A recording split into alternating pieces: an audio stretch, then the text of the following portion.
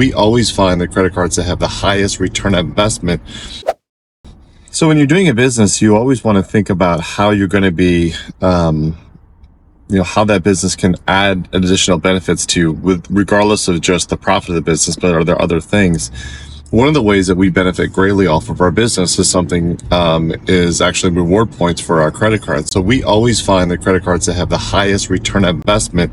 And in this case, there's a lot of credit cards that have like 2%. So when we purchase things, we always do business with companies that will actually allow us to use those credit cards as a form of payment.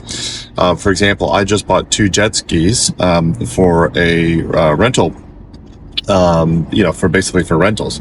Instead of just going out and purchasing those outright, then just, with cash or check or whatever, I put those on a credit card. That yielded me, basically a $20,000 spend at 2%, cash back.